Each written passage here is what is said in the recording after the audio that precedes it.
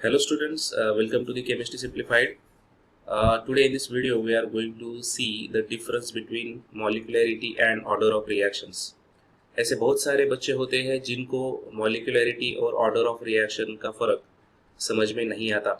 तो इस वीडियो में हम आपको ये जो फ़र्क है molecularity और order of reaction में उसको सहज भाषा में एक्सप्लेन करेंगे ताकि आपको ये कंसेप्ट अच्छी तरह से समझ में आए। तो सबसे पहले जानेंगे कि मॉलिक्यूलरिटी होती क्या है, फिर जानेंगे ऑर्डर ऑफ रिएक्शन क्या होती है। तो let's see what is molecularity. Molecularity अब अगर सिंपल भाषा में कहे तो मॉलिक्यूलरिटी का मतलब होता है कि केमिकल रिएक्शन में जितने भी मॉलिक्यूल्स इन्वॉल्व है उनका नंबर यानी molecularity. Suppose for example A plus B gives C plus D, ये केमिकल इक्वेशन है। अब इस केमिकल इक्वेशन में कितने मॉलिक्यूल पार्टिसिपेट कर रहे हैं?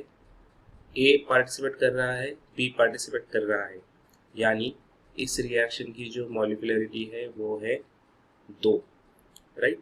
सिमिलरली अगर कोई रिएक्शन है A कन्वर्ट्स इनटू B, अब इस रिएक्शन की मॉलिक्यूलरिटी क्या होगी? इस रिएक्शन की मॉलिक्यूलरिटी होगी 1। Suppose A plus B plus C है और it gives D plus E। अब इस रिएक्शन की मॉलिक्यूलरिटी होगी 3, क्योंकि इसमें 3 मॉलिक्यूल पार्टिसिपेट कर रहे हैं, A, B और C। तो सिंपल भाषा में अगर हम यहाँ पर जानना चाहेंगे तो मॉलिक्यूलरिटी मतलब the number of molecules taking part in the chemical equation,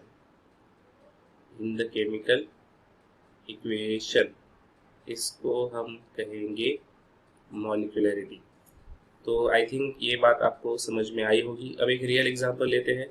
suppose CH3Br यानी मिथाइल ब्रोमाइड है, इसकी रिएक्शन हमने की है सपोज KOH के साथ यानी पोटेशियम हाइड्रोक्साइड के साथ, और हमें यहाँ पर प्रोडक्ट मिलता है CH3OH प्लस KBr।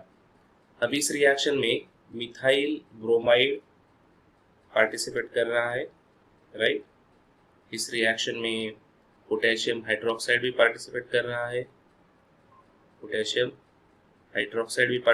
रहा है, तो ये दोनों भी मॉलिक्यूल इस रिएक्शन में पार्टिसिपेट कर रहे हैं, यानी इस रिएक्शन की जो मॉलिक्यूलरिटी है वो है 2। तो सिंपल लैंग्वेज में अगर हमें डिफाइन करना है कि मॉलिक्यूलरिटी क्या होती है तो हम क्या कहेंगे? Molecularity is nothing but the number of molecules taking part in the chemical equation.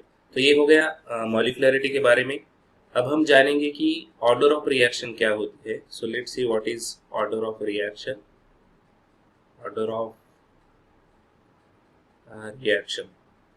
अब ऑर्डर ऑफ रिएक्शन की डेफिनेशन अगर हम देखेंगे तो ऑर्डर ऑफ रिएक्शन की डेफिनेशन होती है कि number of molecules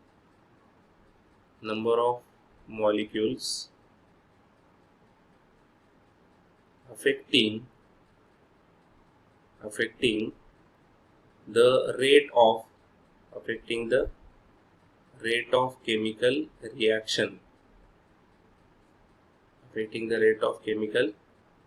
reaction is called as order of reaction। तो ऑर्डर ऑफ रिएक्शन क्या है? कितने मॉलिक्यूल रिएक्शन के रेट को अफेक्ट कर रहे हैं, उसकी जो संख्या है उसको हम कहेंगे ऑर्डर ऑफ रिएक्शन। सपोज यहाँ पर एक जनरलाइज रिएक्शन हम लेंगे, CA is going to react with B and there is a formation of C plus D। अब इस रिएक्शन की मॉलिक्यूलरिटी अगर हम देखेंगे तो इसकी मॉलिक्यूलरिटी है 2, राइट। लेकिन इस रिएक्शन का जो रेट है वो अगर सिर्फ A के ऊपर डिपेंड है या फिर सिर्फ B के ऊपर डिपेंड है तो इस रिएक्शन की ऑर्डर होगी 1। अगर इस रिएक्शन का रेट सिर्फ A के ऊपर डिपेंड है या फिर सिर्फ B के ऊपर डिपेंड है तो इसकी ऑर्डर होगी 1। लेकिन अगर इस रिएक्शन का rate A as well as B दोनों के ऊपर अगर डिपेंड है तो इस रिएक्शन की ऑर्डर होगी 2। यानी actually the number of molecules which affects the rate of chemical reaction defines the order of reaction. अब यहाँ पर हम कुछ एग्जांपल्स लेंगे। सपोज अभी जो एग्जांपल हमने दिया था CH3Br reacts with KOH, there is a formation of CH3OH plus KBr।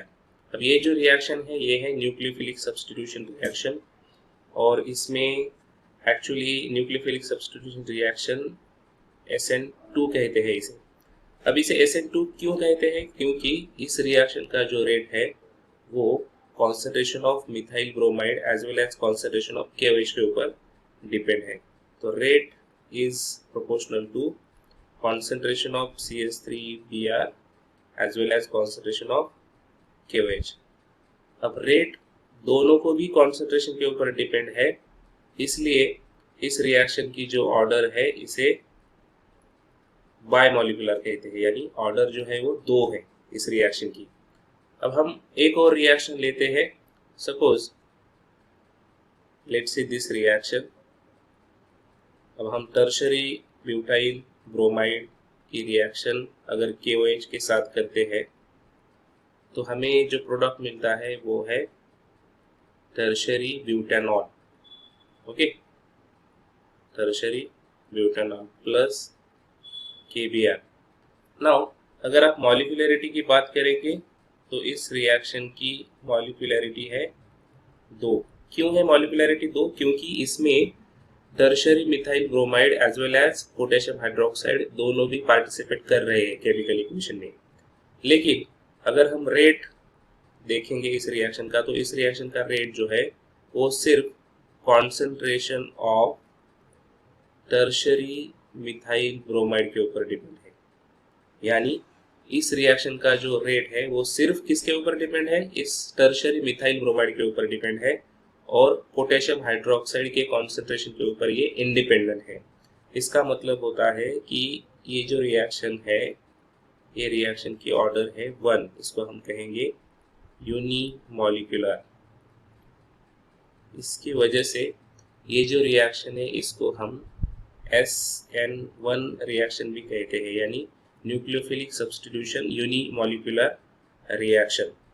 तो आई होप आपको मॉलिक्यूलरिटी और ऑर्डर ऑफ रिएक्शन के बीच का जो फर्क है वो समझ में आया होगा। अब ये मॉलिक्यूलरिटी और order of reaction is very basic things which we have to learn while studying the rate of chemical reactions, chemical kinetics। अब बहुत सारे बच्चे इसमें कंफ्यूज होते हैं, लेकिन मुझे लगता है कि इस वीडियो को सुनने के बाद आपका जो कंफ्यूजन है मॉलिक्यूलरिटी और ऑर्डर ऑफ रिएक्शन के बारे में वो खत्म हो जाएगा। Lastly to summarize I will say that molecularity is nothing but just the number of molecules taking part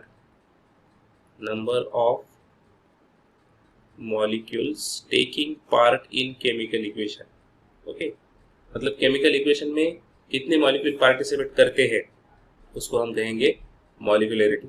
और ऑर्डर ऑफ रिएक्शन क्या होता है? ऑर्डर ऑफ रिएक्शन होता है the molecules which actually affects the number of molecules which affects the rate of reaction। ठीक है, तो ये है बेसिक फर्क मॉलिक्यूलरिटी और ऑर्डर ऑफ रिएक्शन के बीच में। ठीक है, तो इस वीडियो में बस इतना ही। मिलते हैं फिर अगले वीडियो में।